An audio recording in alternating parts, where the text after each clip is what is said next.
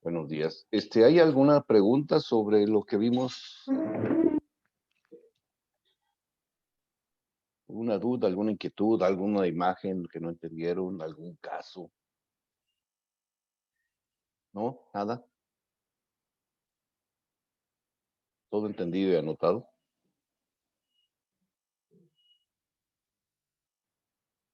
¿No? Ayer, estando revisando algunos datos, recordando algunos viejos datos, hay una estadística que menciona sobre las fracturas de cadera, que el 30% de los pacientes que sufren fractura de cadera se mueren dentro del primer año después de la fractura. Por la propia fractura, por lo que provocó la fractura, por las complicaciones que se presentan por el evento quirúrgico o por la fractura en sí. Pacientes no pueden caminar. Ya me pasó a mí. Operamos a una paciente, le pusimos una prótesis a una señora, una prótesis parcial, o sea, una prótesis que solo ocupa el fémur. Y le dio tanto miedo el proceso, el suceso, le dio que no quiso volver a caminar. Nada más se sentaba, se gustaba, la tenían que parar para no pasar a la silla de ruedas. Y todo estaba bien, pero ella decía, no puedo caminar. Y realmente no caminó. Y sí falleció, no sé si exactamente dentro del primer año, pero pronto después del evento. Si tuviese una condición específica de esa condición. Pues también tomar en cuenta las condiciones generales de los pacientes, no todos evolucionan igual o bien, y hay sucesos como estos, ¿no? Bueno, ¿alguien tiene alguna otra pregunta o inquietud?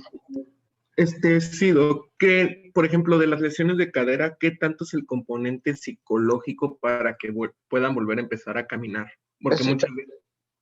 Ah, es exactamente el componente psicológico, es lo que afecta mucho y el paciente ya no quiere caminar. Y sí, sí es muy traumático. Imagínate una señora que nunca la han operado, una abuelita, nunca la han operado.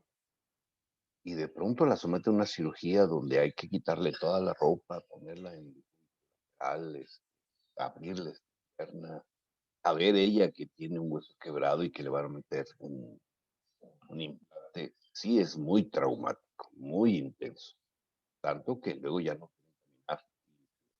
Emocionalmente se deprimen y es una de las razones por las cuales fallecen, ¿no? Se complican con condiciones por falta de movimiento.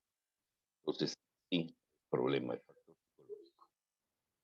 Es algo propio del paciente que no se puede tratar médicamente, ¿no? Los familiares de la paciente que yo les comento estuvieron llegando conmigo y tomábamos radiografías, hacíamos pruebas. Yo a enseñarle a la señora que no pasaba nada, le movía la pierna y decían los familiares, sí, cuando está usted sí deja que le muevan la pierna, pero cuando no está, no quiere que la toquen, no quiere que la mueva porque le va a doler. Y pues realmente no le duele, sino es nada más el temor que tuvo porque pues, pasó una situación crítica en algún momento.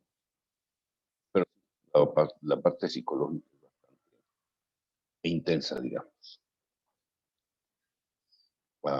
¿Alguien más? ¿Alguna otra inquietud? No. Bueno, Blanco, entonces, empecemos con fracturas de fémur. Bueno, buenos días, compañeros. Continuando con las fracturas de fémur, en este caso vamos a hablar en específico de las fracturas diaficiales del fémur. Bueno, a manera de introducción, en esta radiografía que podemos ver aquí, pues hay unas líneas que delimitan lo que comprende la diáfisis del fémur. En este caso nos menciona que son todas aquellas fracturas que se encuentren por debajo del trocánter menor y que se encuentren 6 centímetros por encima de lo que son los cóndilos del fémur. Nos menciona la bibliografía que este es una fractura que es más común en las personas de menor edad. Esto debido a traumatismos de alta energía, como lo pueden ser accidentes automovilísticos, deportes y toda esa clase de estilos que tengan que ver con traumatismos de alta energía.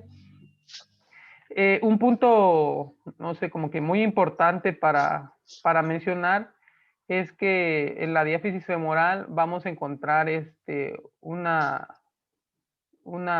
importante masa muscular, una buena cantidad que va a tomar inserción justamente a lo largo de todo el fémur.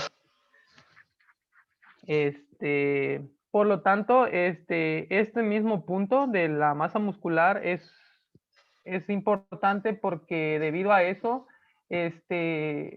tiene una buena irrigación sanguínea esta parte del hueso secundario pues a la masa muscular, lo que puede ser ventajoso o generar una desventaja. ¿Ventaja en qué sentido?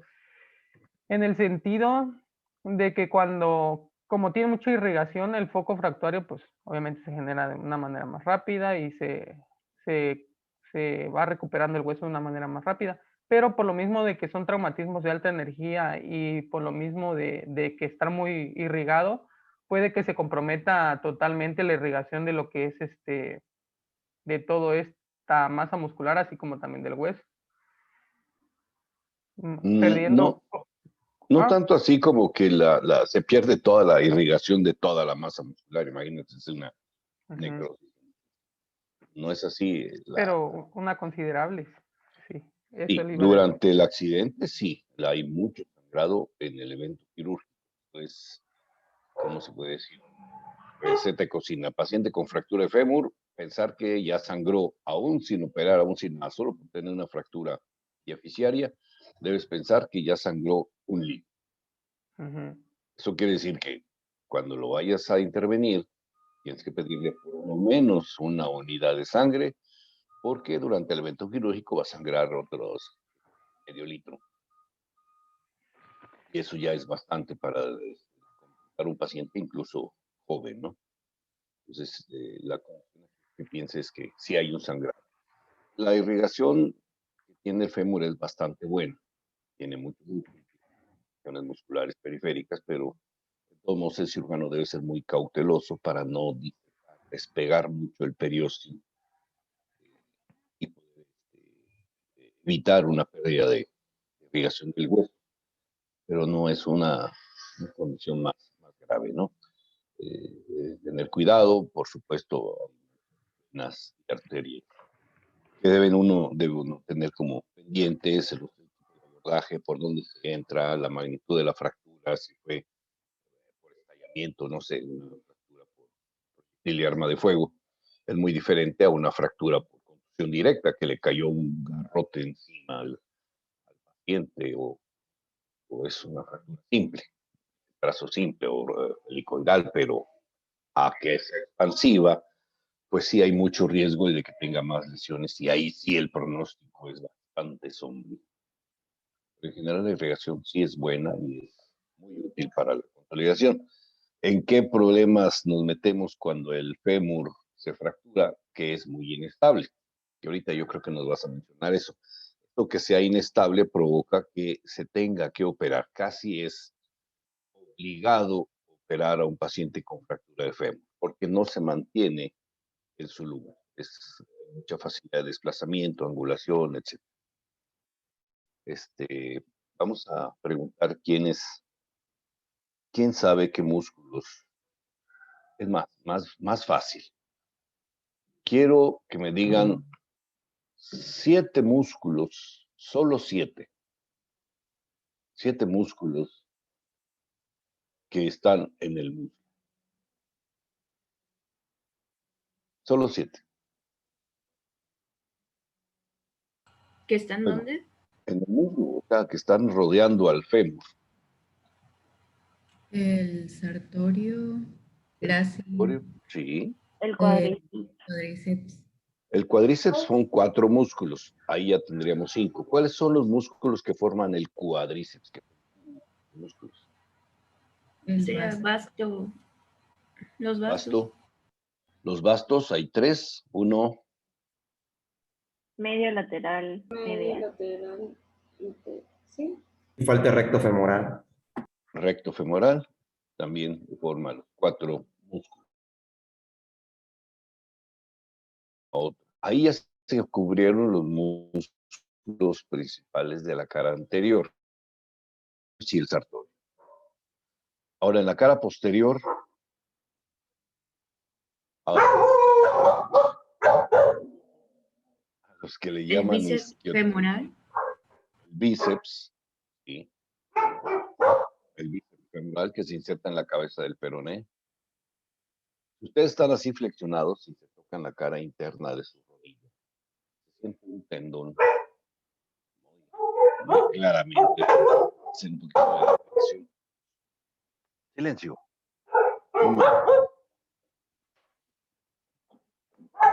Se hacen un poquito de tensión. Están muy emocionadas.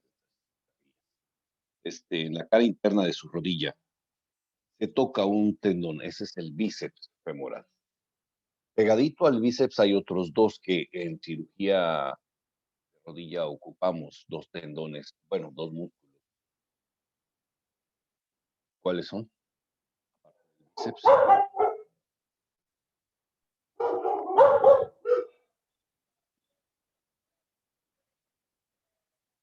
Semitendinoso. Bueno, ya me quedé solito. ¿O qué? Creo que ¿No era sabe? ¿Sí? semitendinoso. Semitendinoso, sí, es otro de los músculos, sí. Y hay otro semitendinoso. Membranoso. Eso, semimembranoso. ¿Ah? Y otro,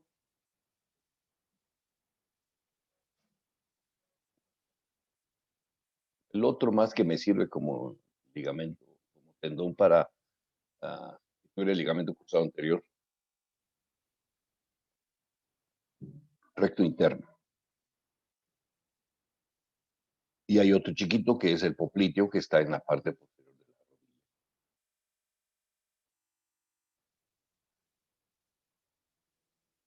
No, bueno, ya me quedé solo otra vez.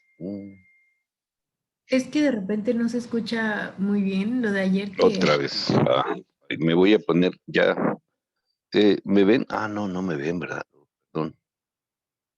Perdón, ya. Voy a poner otra vez mi mano, mi audífono más cerca de mi boca.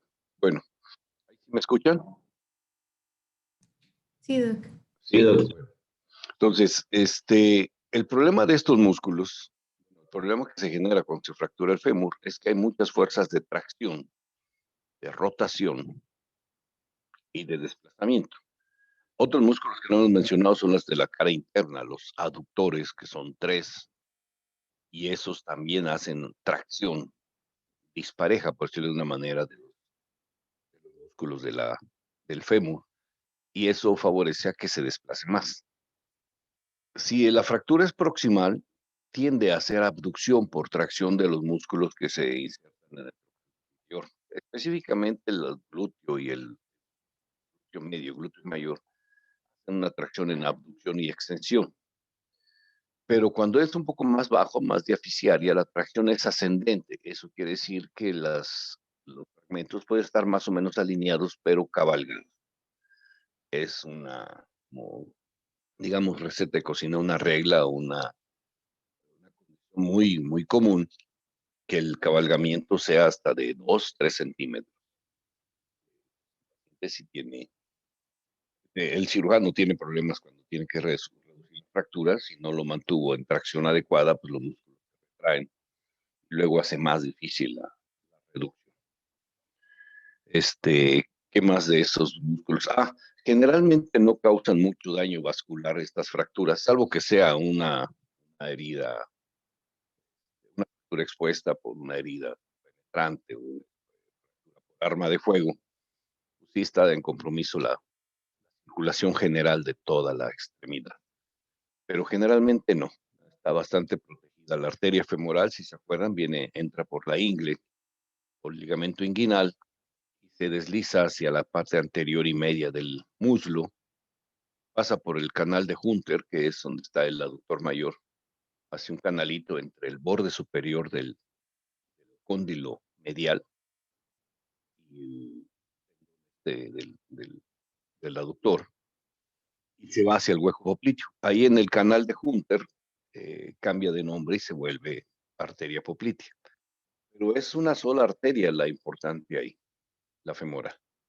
No hay una arteria que nos ayude a nutrir la extremidad. Entonces, en la parte proximal sí hay que tener cuidado de que no tenga una lesión. Es bastante difícil también porque es una zona bastante. Pero desde el punto de vista quirúrgico no es problema. Los cirujanos entramos por vía lateral a operar fémures. Entonces estamos exactamente del lado contrario donde está la arteria. Salvo que se entre al perforar el fémur o algo, hacer la perforación para meter una placa o algo, pues tengamos tan mala puntería que le demos a la arteria, ¿no? Eso sí es más peligroso. Entonces, la irrigación no está comprometida, tampoco la condición nerviosa. El nervio pasa muy atrás entre los músculos aductores, flexores de rodilla o isquiotibiales. Pasa bastante bien protegido sin riesgo de lesión, aún en la fractura o aún en el procedimiento. ¿Qué más vas a hablar de historia de la fractura? No historia, sí. Condiciones de la fractura. ¿Qué más, Aldo? O Blanco. También nos mencionaba que por lo mismo de ser una parte con importante masa muscular, pues había una contracción refleja, y por lo regular se trataba de utilizar una férula de Brown, pero eso sí, así mencionaba. Más adelante igual lo vuelvo a mencionar, lo vuelvo a poner. Esta férula, fíjense, como el psoas ciliaco, a eso no se lo comenté, el psoas ciliaco también provoca desplazamiento del fragmento proximal en flexión. Esta férula de Thomas favorece a esa forma de tracción. La idea de la tracción es mantener los fragmentos alineados. A ustedes les va a tocar en algún momento en el internado poner una tracción, no de estas no existen en los hospitales generales, solo se haría una tracción cutánea. Llega un paciente joven con una fractura de fémur y no hay sala en ese momento, no es una urgencia verdadera, entonces se hacen sus estudios preparatorios, se ve cuánto de hemoglobina tiene, se pide una unidad de sangre y para eso pasa 1, 2, tal vez 3 días.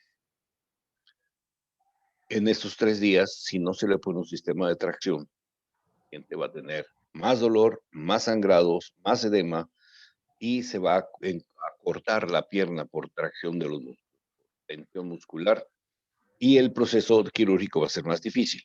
Entonces el traumatólogo va a pedir que le pongan una tracción, pero no como esta, porque esta hay que ser invasivo, hay que perforar el fémur y eso es más problemático. No, una tracción cutánea.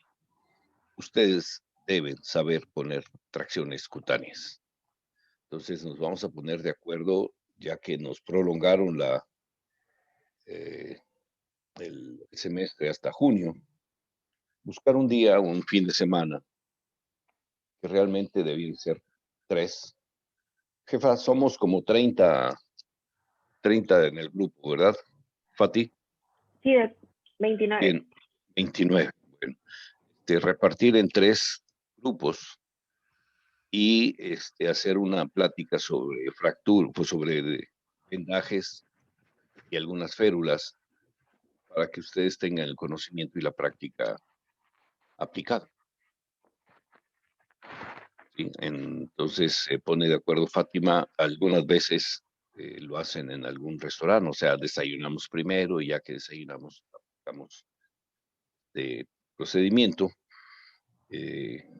A veces lo hacemos en casa de alguien, ustedes compran el material, nos reunimos, hacemos el procedimiento, compran carnita asada o algo y podemos dialogar o charlar un poquito, ¿no? No nada más hacer el procedimiento.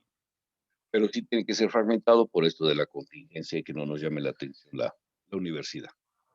Y esto es, pues conmigo es si quiere. Con el doctor Bedrán, que es el que les da clínica de esto, es obligado, ¿no? Tienen que. y ya están. Pero no es práctico, es más teórico, tienen que nada más.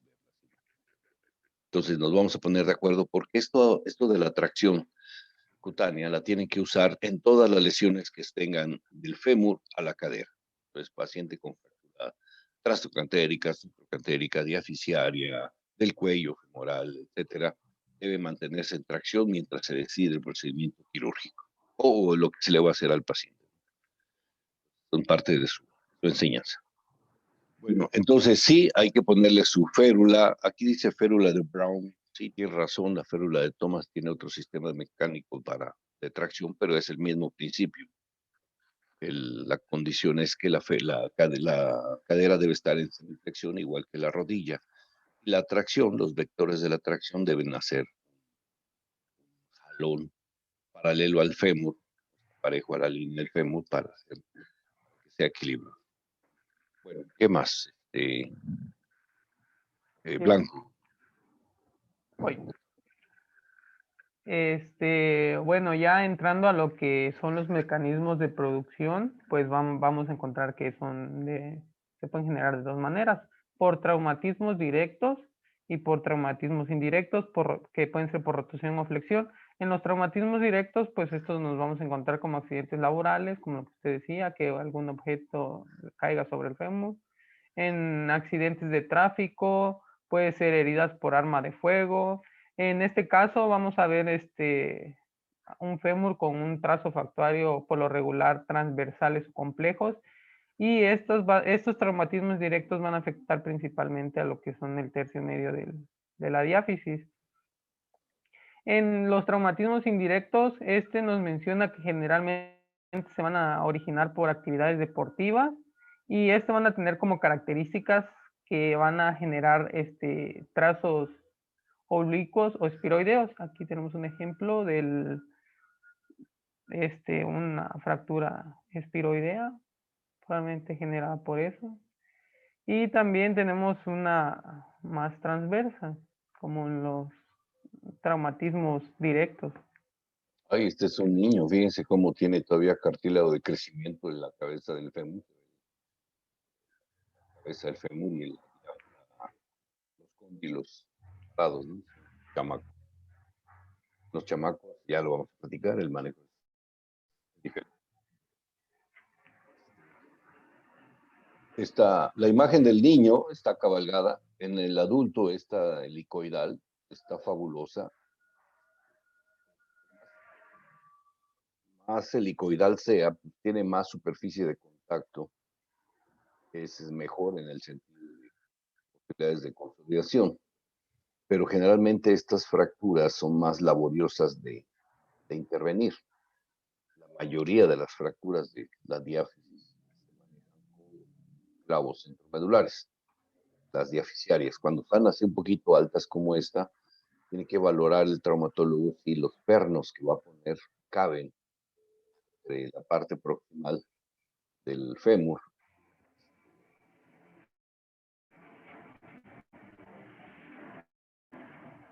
Más estable, si se dan cuenta, está alineada, está un poquito desplazada, rotada. El fémur proximal está más o menos en ese lugar. Vean el trocánter menor, está normal, no está tan prominente como vimos en la fractura de cadera, pero la parte distal sí, está en rotación externa por la caída por inercia del pie hacia afuera, ¿no? La rotación externa que hace el peso del pie y de hacia lateral. Bueno, ¿qué más? Blanco. Bueno, y aquí está justamente lo que estamos hablando, y el principal como factor a tomar en cuenta debido a la importante masa muscular, que son los desplazamientos de la fractura debido a la masa muscular que tiene inserción a lo largo de la diáfisis del fémur. Pero en esta nos menciona que el desplazamiento de la fractura va a tener como que dos factores que van a afectar obviamente en el desplazamiento, que es la energía cinética del traumatismo sumada a la contracción refleja que se produce por el dolor. Nos encontramos que por lo regular en las fracturas del tercio medio, la tendencia es al cabalgamiento sumado al desplazamiento medial por la inserción de los aductores. En el tercio proximal, pues vamos a encontrar que la fractura va a estar desplazada y se va a encontrar en flexión. Esto por acción del psoas insertado en el trocánter menor y en abducción por los músculos pelvirrotadores que se insertan en el trocánter mayor. Y en el tercio inferior, pues el fragmento distal, más que nada, va a estar desplazado en flexión por acción de los gemelos, sí, los gemelos. Son el bíceps femoral y puede ocasionar alteraciones vasculares sobre la región poplite por lo mismo. Aquí más o menos Esta, estaría como... esta del tercio inferior es muy importante. Si es el tercio inferior, la flexión que genera los gemelos no es tan severa si es diaficiaria.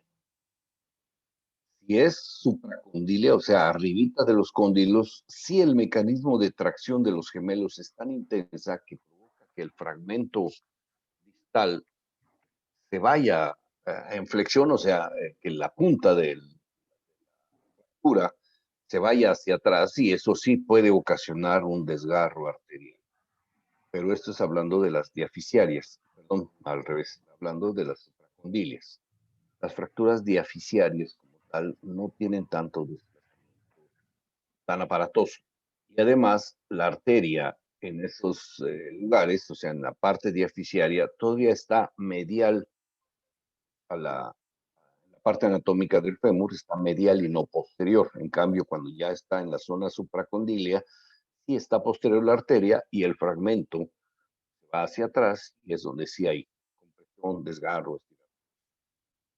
¿Sí? Entonces, sí tengan cuidado o tengan presente cómo se van a desplazar. Proximalmente se hacen abducción y flexión externa. Las diaficiarias solo se cabalgan y las distales pues tienden a la flexión o el desplazamiento posterior del fragmento. Bueno, ¿qué más? Al blanco. Ajá, después aquí vienen unos ejemplos de cómo se verían más o menos vistos los desplazamientos. Mencionábamos que en el tercio, en el distal, pues se notaba la flexión que usted mencionaba. Está más fresca la información. Bueno, esa no está en flexión, nada más está desplazado. Toda la pierna, la rodilla está hacia atrás, o el fémur proximal está en flexión. No sabemos porque no, la proyección no está completa.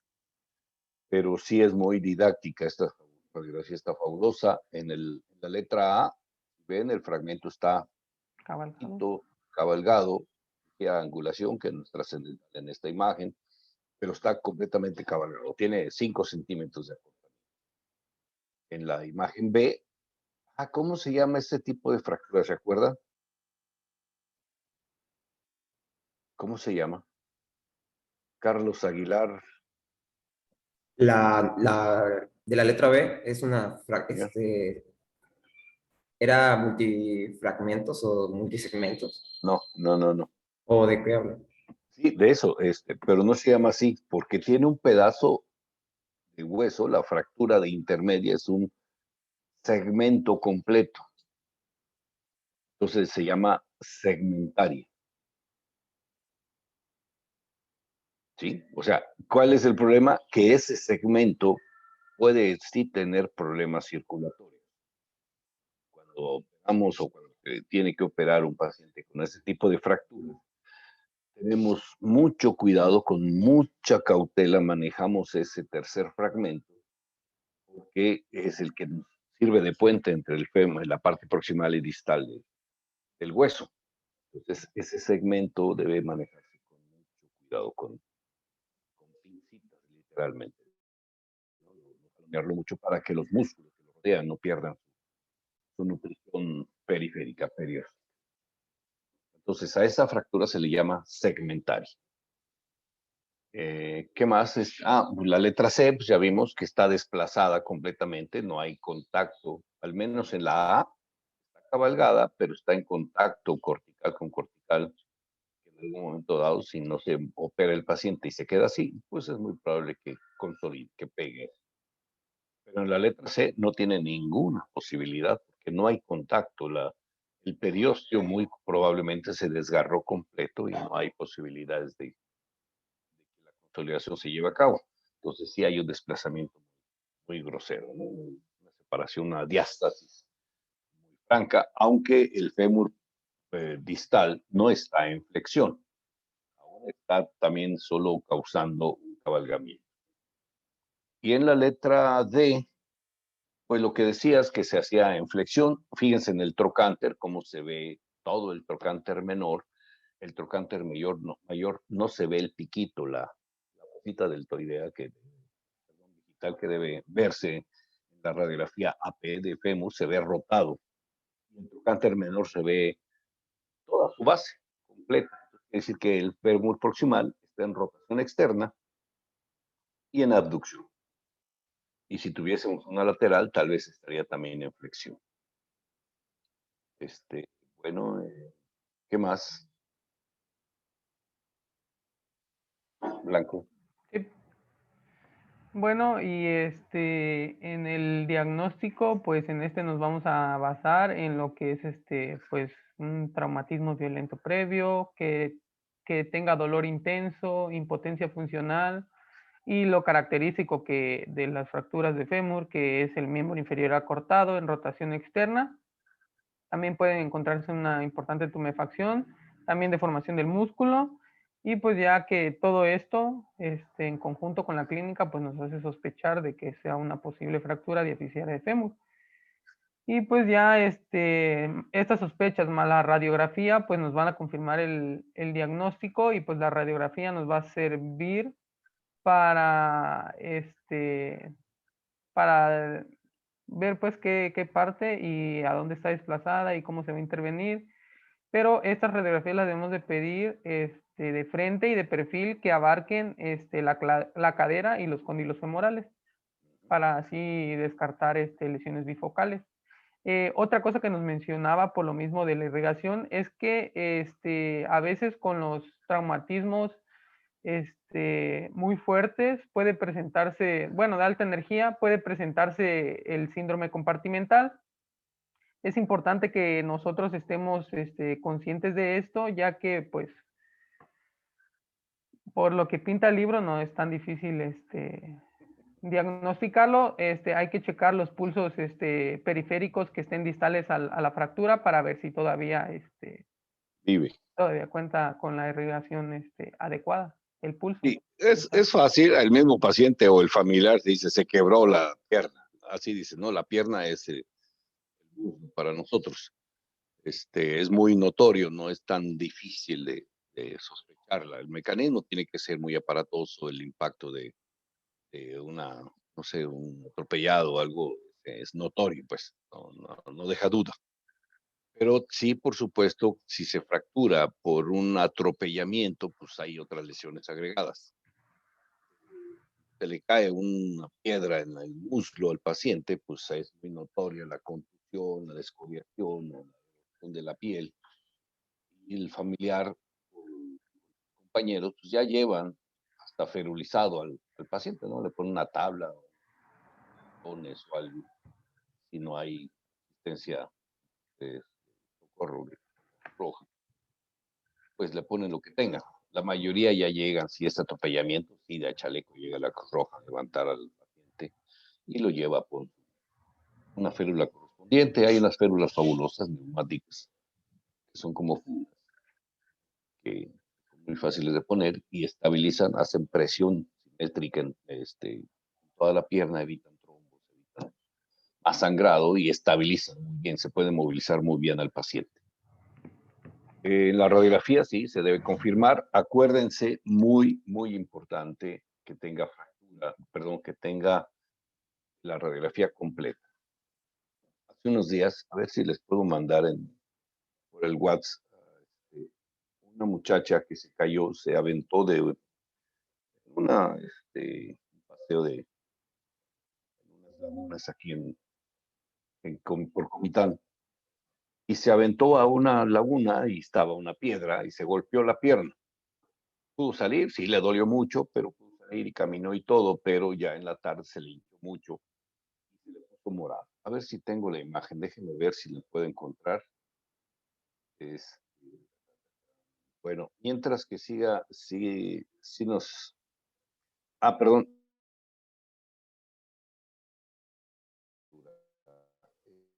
el síndrome de comportamiento en el fémur tan frecuente. Tiene que ser una lesión muy aparatosa, un aplastamiento muy severo, una destrucción tisular muy importante para que se genere un síndrome compartimental. Sí existe, sí puede llegar a pasar, pero no es una condición tan preocupante como sucede en las fracturas de pierna, o sea, de tibia y peroné. En el fémur no es tan trascendental, ya habíamos platicado, sí hay que checar el pulso, sí hay que hacerlo, aunque no es común, sí es bueno tener en cuenta que puede suceder esa condición. Entonces, la idea es que ustedes diagnostiquen la fractura, pongan un aparato de tracción, chequen pulsos, pongan el aparato de tracción y ya se lleva a cabo un procedimiento. No tengo la imagen previa, pero a esta muchacha llegó conmigo con esa inflamación. ¿Cómo le habíamos puesto, jefa, el grupo, cómo se llama?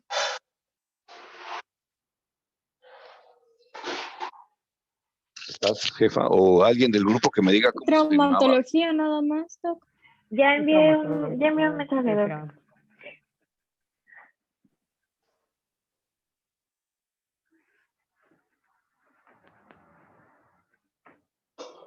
Llegó así, con un chipote en la tibia, amoratado y el tobillo amoratado.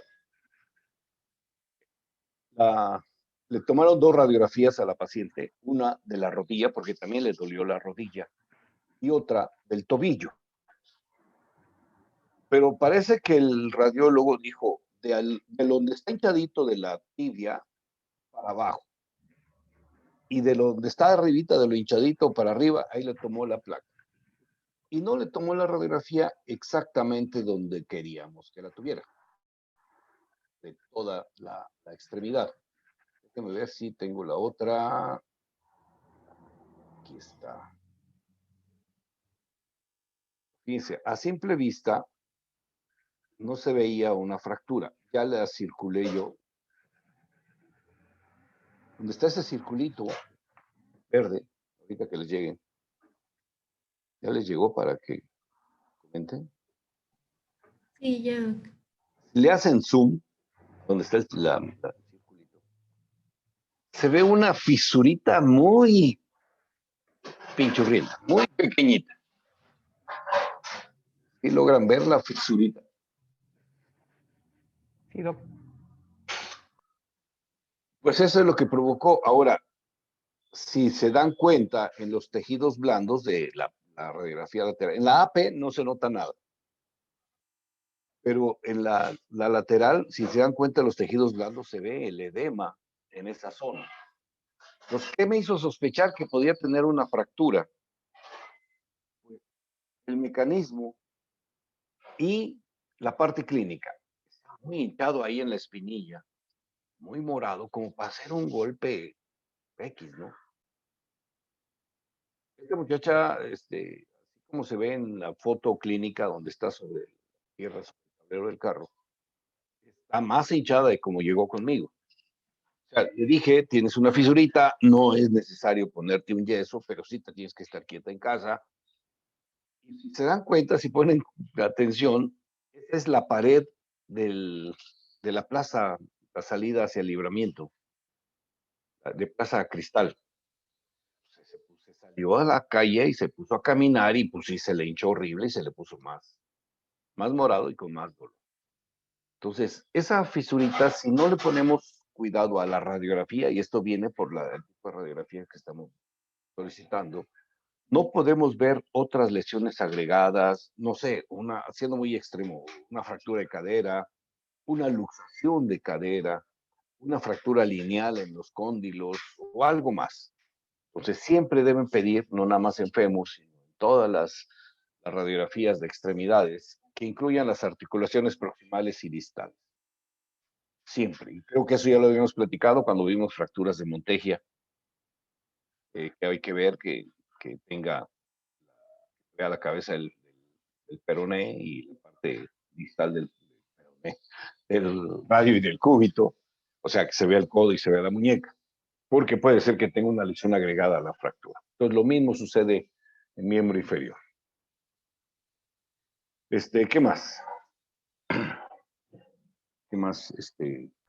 Bueno, y aquí podemos notar con la clínica la pierna acortada y en rotación, pierna derecha. Fíjate que este caso en especial, viendo así la imagen, yo pensaría más en una fractura de cadera. ¿Por qué piensan, por qué creen que sería más fractura de cadera que de fémur? ¿Alguien que me diga algo? Al que Por la no tenga rotación de la imagen, pierna. al que no tenga imagen le voy a preguntar. Dayanara y Alfredo ¿y quién más? Eloísa Ancheita. Sí, Doc, aquí estoy. Eloísa, ahí estás. ¿Por qué sospechas más que fuese una fractura? ¿Por qué digo yo? ¿Por qué crees que digo yo que es una fractura de cadera y no una fractura de fémur? Ancheita. Porque se ve acortada la pierna y está como ¿Ah? lateralizada. Ajá. Bueno, Lo que había mencionado ayer. esos dos datos también se ven en fracturas de fémur. Acortada y rotada. Sí. Pero hay otra razón clínica, o sea, que lo puedes observar ahí, que nos haría sospechar más en que es una fractura de cadera. ¿Cómo qué edad le calculas a ese paciente o a esa paciente? Pues como más de 60 años. Eso. ¿Y qué tan frecuente es que un paciente de 60 años se fracture la cadera o que se fracture el fémur? ¿Qué podría pasar más? Pues que se fracture la cadera.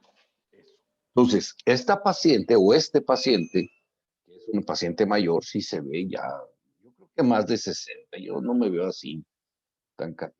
La señora esta tiene como 70. Y su fémur no se ve inflamado, no se ve hinchado, edematoso, como podría presentarse en una fractura de fémur. Entonces, sí, la imagen puede ser representativa de una fractura diaficiaria que está cabalgada y rotada, sí, pero por las condiciones de edad del paciente y las características de la extremidad del muslo en particular, ya podemos sospechar más bien que tiene un acortamiento por fractura de cadera. Sí, vale, te damos chance blanco porque nos haces pensar, pero quizás no sea la imagen correcta.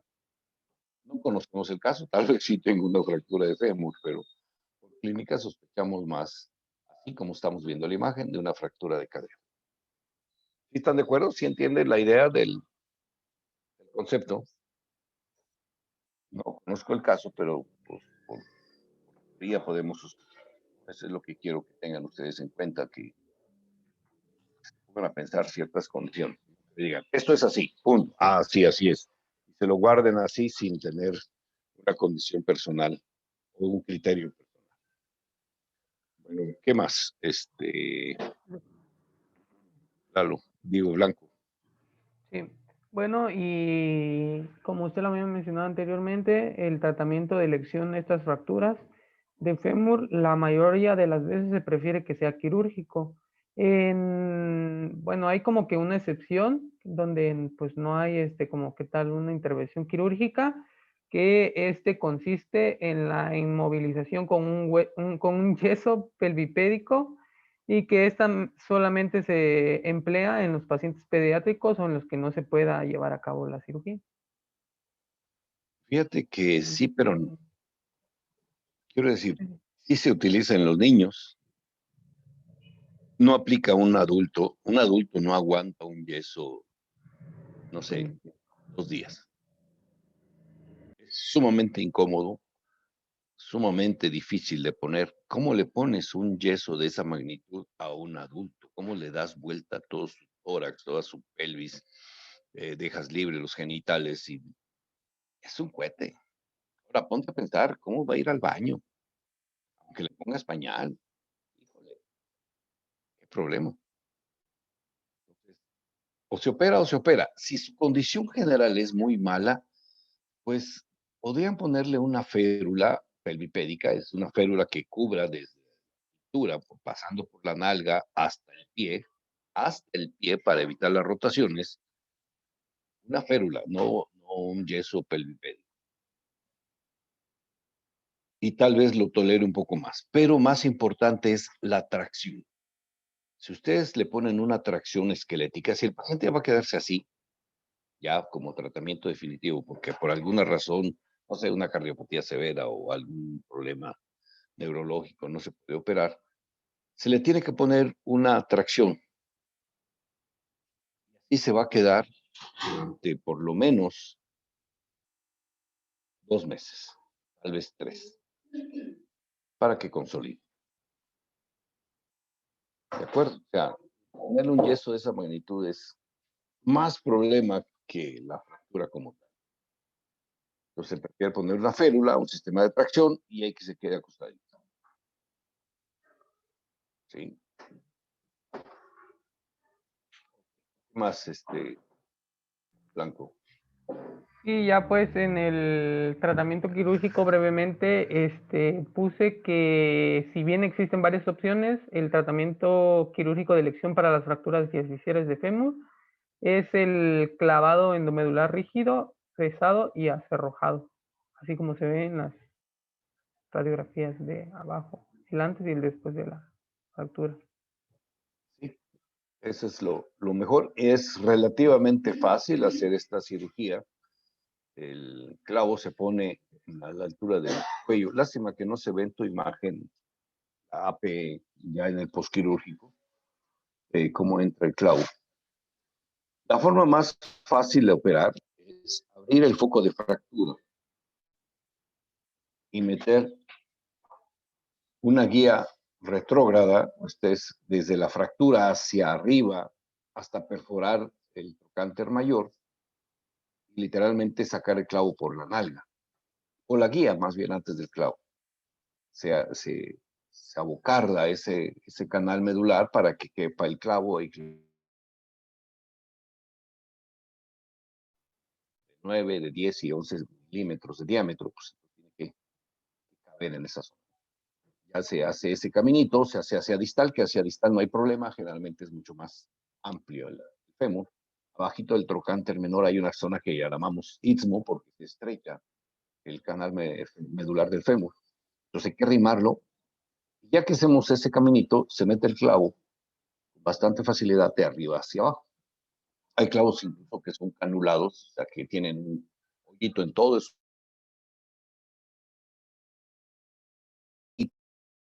Para asegurar que estemos dentro del fémur. Ya por esa guía se mete el clavo, se saca la guía y se fija. Lo difícil es meter los pernos, porque acuérdense que está todo cerrado y el clavo está dentro del fémur, dentro del hueso. Entonces, para encontrar los hoyitos, se necesita un sistema de equipamiento especial, no es un clavo y ya le metamos los pernos, sino se necesita meter un equipo muy sofisticado para asegurar que vamos a entrar en esos hoyitos. Hay una guía especial. Cada compañía tiene su guía y eso es lo que hace caro un clavo de esos.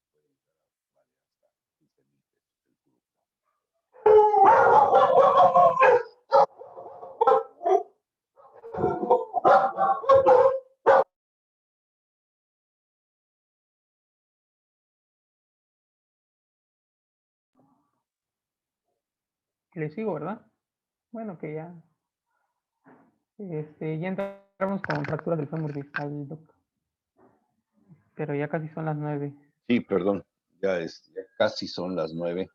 No, te quedan 7 minutos. 7 minutos es un montón. Bueno. 7 minutos le salgas la vida. Platícanos de fracturas distales. Bueno, a manera de introducción, pues esta va a comprender entre la superficie articular distal del fémur y una línea imaginaria que pasa a 15 centímetros proximal a la anterior. Esta fractura corresponde el 6 al 7% total de las fracturas del fémur y también esta lo que tiene como de característico es que se puede asociar a lesiones meniscales, osteocondrales y a fracturas de rótulas. Bueno, en estas fracturas del fémur distal van a existir dos grupos muy diferenciados, que son los pacientes jóvenes y a los pacientes de más de 50 años. En los pacientes o jóvenes, generalmente son hombres y va a estar causado por un traumatismo de alta energía sobre una articulación que anteriormente no presentaba una patología previa, como puede ser osteoporosis, sí, como osteoporosis y cuál era otra, creo que artritis. Y el otro grupo que ya incluye a los pacientes de más de 50 años, que por lo regular son mujeres y que estos son por traumatismos de baja energía y que ahora sí, o bueno, este grupo de pacientes ahora sí va a presentar una patología previa en la rodilla y así como tal, así como también un hueso osteopénico.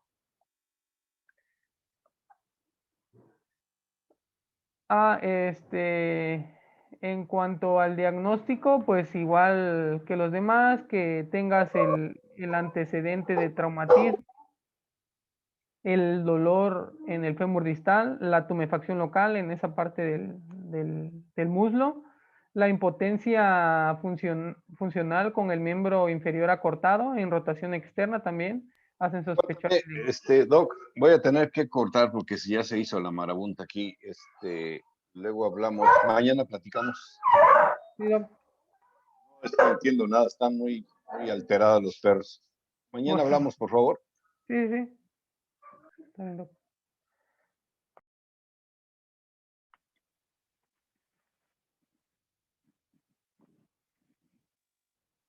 Gracias, Doc. Gracias, Blanco.